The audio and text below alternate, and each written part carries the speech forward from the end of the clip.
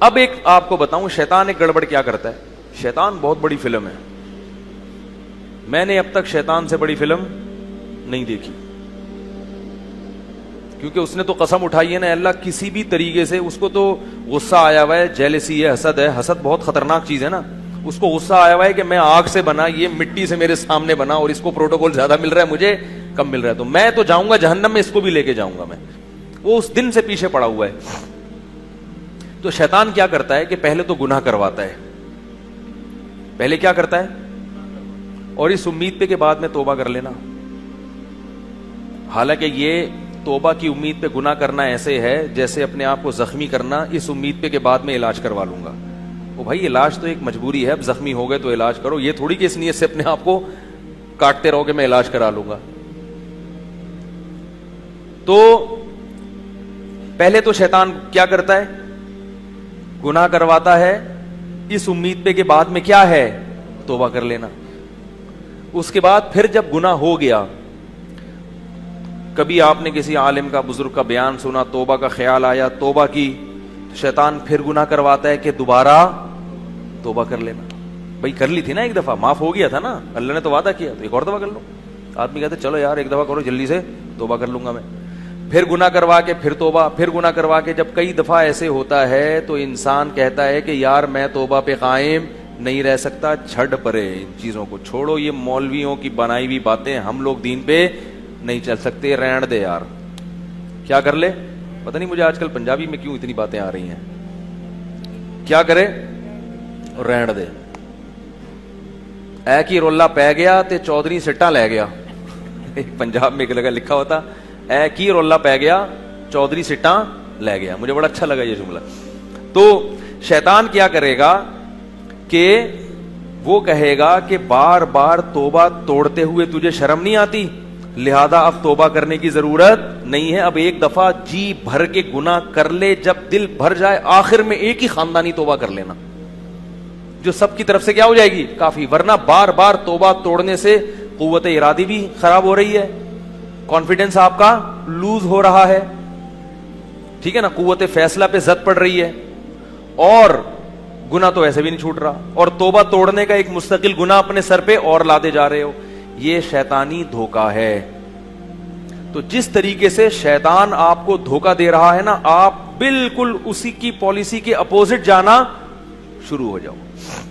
جب وہ آپ کو کہے ایک دفعہ گناہ کر لو تو توبہ کر لینا, تو آپ اس سے کہو اس دفعہ گناہ نہیں کروں گا, اگلی دفعہ کر لوں گا. کیا خیال ہے؟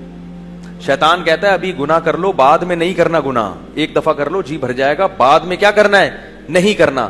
آپ کہو ابھی نہیں کروں گا, بعد میں کر لوں گا میں.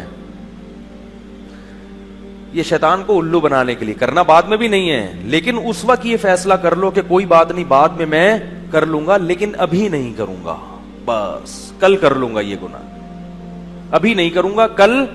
شیطان پتہ کیا کہتا ہے, ابھی کر لے, کل نہیں کرنا. آپ نے کہنا ہے آج نہیں کروں گا, کل کر لوں گا. خدا کی قسم مجرب نسخہ ہے یہ, جن لوگوں نے اس پر عمل کیا ان کی زندگیوں سے گناہ چھوٹ گئے ہیں. ہمارے ایک دوست تھے, ان کو انڈین فلمیں دیکھنے کی لت پڑ گئی تھی, اور فحش فلمیں دیکھنے کی. انہوں نے مجھے خود بتایا, میں نے ان کو ایک نسخہ بتایا, میں نے کہا ایسے کروں. انہوں نے کہا میرا دل ایک دن بہت زیادہ چاہ رہا تھا کوئی فحش فلمیں دیکھنے کا, تو میں نے سوچا کہ آج نہیں دیکھوں گا, کل دیکھوں گا میں, آج بس صبر کر لو, کل دل بھر کے دیکھوں گا.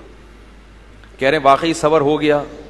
نفس کو تو مارنا تو پڑتا ہے, ایسا نہیں ہے کہ لڈو کھائیں گے اور جنت میں چلے جائیں گے. کہہ رہے میں نے ہمت کی, میں نے کہا یار بس کل دیکھ لیں گے نا, کوئی بھاگا تھوڑی جا رہا ہے کمپیوٹر یا انٹرنیٹ, آج صبر کر لو, ادھر ادھر گھومو پھرو, گٹکے کھاؤ, کہیں نکل جاؤ, کہیں سو جاؤ, ایکسرسائز کر لو, تھکا دو اپنے آپ کو تاکہ نیند جلدی آ جائے, کچھ بھی کر لو, کسی بھی طریقے سے اس گناہ سے آج جان چھڑا لو, کل. کیونکہ پتہ ہے کیا ہوتا ہے, جب آپ کہتے ہیں نا کبھی نہیں کروں گا, تو شیطان کہتے ہیں پھر تو تیری زندگی کا مزہ کرکرا ہو جائے گا. بھائی کیسی پھیکی پھیکی زندگی ہوگی یار. تو وہ صاحب کہنے لگے میں نے کہا کہ آج نہیں کروں گا, کل لازمی کروں گا. کہہ رہے ہیں اگلے دن پھر جب گناہ کا خیال آئے, میں نے کہا آج نہیں کروں گا, کل لازمی کروں. کہہ رہے ہیں خدا کی قسم وہ گناہ مجھ سے چھوٹ گیا جس گناہ کے بارے میں یہ سمجھتا تھا کہ کبھی بھی نہیں چھوٹے گا. تو شیطان کو آپ نے, جو ٹوپی شیطان آپ کو کرا رہا ہے, آپ نے اس کو پگڑیاں کرانا شروع کر دی. دوسری بات یہ کہ اگر شیطان نے بالفرض کسی سے گناہ کرا دیا، اللہ معاف فرمائے، بڑی مصیبت ہے یہ جب پڑ جاتا ہے نا ان چیزوں میں، تو اب بار بار توبہ جب ٹوٹ رہی ہے تو شیطان کہے گا ایسی توبہ کا فائدہ کیا جس توبہ پہ آپ قائم نہیں رہ سکتے. توبہ توڑنا بھی تو ایک جرم ہے نا. تو شیطان کو یہ بتا دو کہ توبہ توڑنا تو جرم ہے، اس توبہ توڑنے پر معافی مانگنا یہ جرم نہیں ہے. توبہ توڑتے ہوئے شرم آنی چاہیے، دوبارہ جوڑتے ہوئے شرم نہیں آنی چاہیے. ہاں جرم کی نوعیت بڑھ گئی، ایک پہلے جرم کیا تھا اور ایک توبہ جو توڑ دی ہے، تو جیسے اس جرم کی سزا اللہ سے معافی مانگنا، اس جرم کی سزا بھی اللہ سے معافی مانگنا، اور تگڑی معافی مانگو. بار بار بھی توبہ کر کے اگر آدمی توبہ کرتا رہے گا تو توبہ 100 دفعہ بھی کرے گا نا توبہ، تو 1000ویں مرتبہ بھی توبہ کرے گا تو اللہ تعالی اس بیس پر توبہ کو رد نہیں کریں گے کہ تو پہلے 10 دفعہ یہ توبہ توڑ چکا ہے یا 100 دفعہ توڑ چکا ہے. اس بیس پہ توبہ رد نہیں کی جاتی. کیوں بھائی؟ اللہ نے کیوں فیصلہ کیا ہے کہ تو 1000 دفعہ بھی کرے گا نا توبہ تو میں توبہ قبول کروں گا؟ بس یہ فیصلہ کیوں؟ اس لیے کہ اگر اللہ نے کسی بھی وقت آپ کو یہ کہہ دیا کہ تمہاری توبہ کا تمہارے پاس آپشن نہیں ہے، تم نے اتنی دفعہ توڑی ہے کہ اب میں تمہاری توبہ قبول نہیں کروں گا، تو پھر آپ کو اللہ کے در کے علاوہ کسی اور کے در پہ جانے کا جواز مل جائے گا. دیکھو ابا سے قرضہ لینے گئے اور ضرورت بہت شدید ہے، ضرورت بہت شدید ہے، کھانے کو روٹی نہیں. ایک مثال دے رہا ہوں. ابا نے کہا جاؤ اڑے میں پیسے نہیں دیتا، تو کم بخت اڑا دیتا ہے پیسے، تو نے پہلے بھی اتنی دفعہ گٹکوں میں اڑائے ہیں اور یہ اور وہ اور فلانا.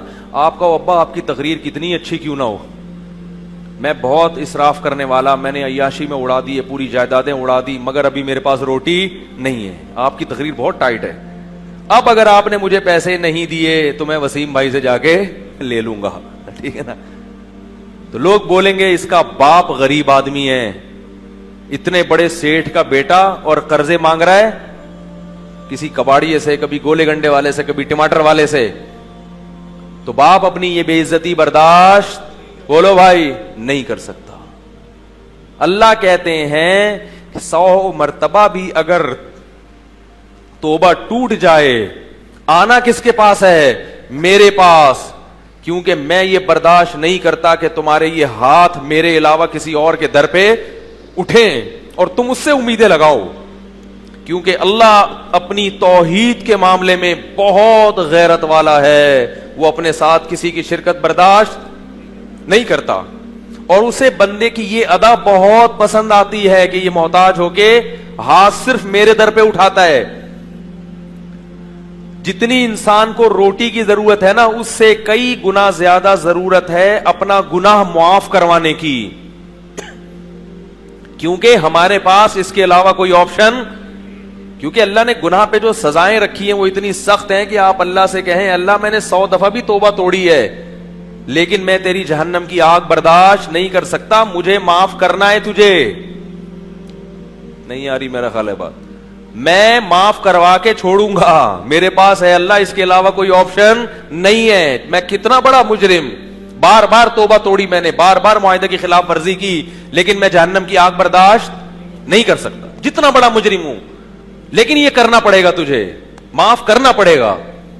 اور اللہ کو معافی کے معاملے میں یہی اسٹائل بندے کا پسند ہے، پیچھے پڑ جائے. تبھی حدیث میں آتا ہے اللہ سے یوں دعا نہ مانگو اللہ اگر تو چاہتا ہے تو یہ کر دے، نہیں چاہتا ہے تو نہیں کر. آپ کسی وسیم بھائی سے قرضہ لینے کے لیے جائیں، بولے یار 1 کروڑ روپے چاہیے، کہ واقعی چاہیے، کہ مرضی ہے، دینا ہے تو دے دو، نہیں دینا تو وہ بھی چلے گا، دے گا وہ. دنیا میں تو پھر بھی انسان کہتا ہے کہ اللہ دینا چاہے دے دے، لیکن بھائی جہنم کی آگ یہ برداشت نہیں ہے، یہ تو اللہ کے غضب کا نام ہے. تو اللہ کا غضب کون برداشت کر سکتا ہے؟ تو اس میں تو اللہ کے سامنے گڑ گڑانا ہے، اے اللہ 1000 بار میں نے گناہ کیا، 1000 بار توبہ کی، 1000 بار توبہ توڑی، اب 1001ویں مرتبہ میں آ رہا ہوں تیرے پاس، اب بھی تجھ سے کہہ رہا ہوں کہ یہ جو میں نے گناہ کیے اور جتنی دفعہ توبہ توڑی ہے یہ سارے میرے معاف کر دے، میرے پاس اس کے علاوہ کوئی آپشن نہیں ہے. اب شیطان کہے گا کہ کمبخت تو پھر دوبارہ گناہ کرے گا. تو آپ اللہ سے کہو اے اللہ میں تجھ سے عہد کرتا ہوں دوبارہ گناہ نہیں کروں گا, میں یہی کر سکتا ہوں, میرے پاس اس کے علاوہ کچھ استعداد.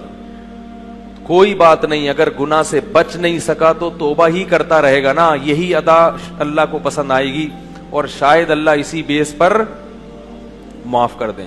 حکیم الامہ مولانا اشرف علی تھانوی رحمہ اللہ فرمایا کرتے تھے کہ اللہ سے تعلق رکھو, تقوی والا تعلق نہ بھی ہو تو معذرت والا تعلق ہی رکھ لو, دور نہ بھاگو اللہ سے کہ بس یار ہم سے نہیں اور اب چھوڑو یار, کیا دعائیں مانگنا, کیا توبہ کرنا, اپنی زندگی گزارو. یہ تو تعلق ختم کر دیا آپ نے, یہ بڑا خطرناک ہے. تعلق رہے گا.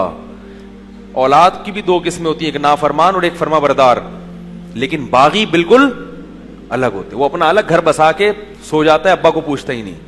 کچھ نافرمان ہوتے ہیں لیکن ابا سے معافی تلافی کر کے ان کا بھی سسٹم چلتا رہتا ہے کچھ نہ کچھ.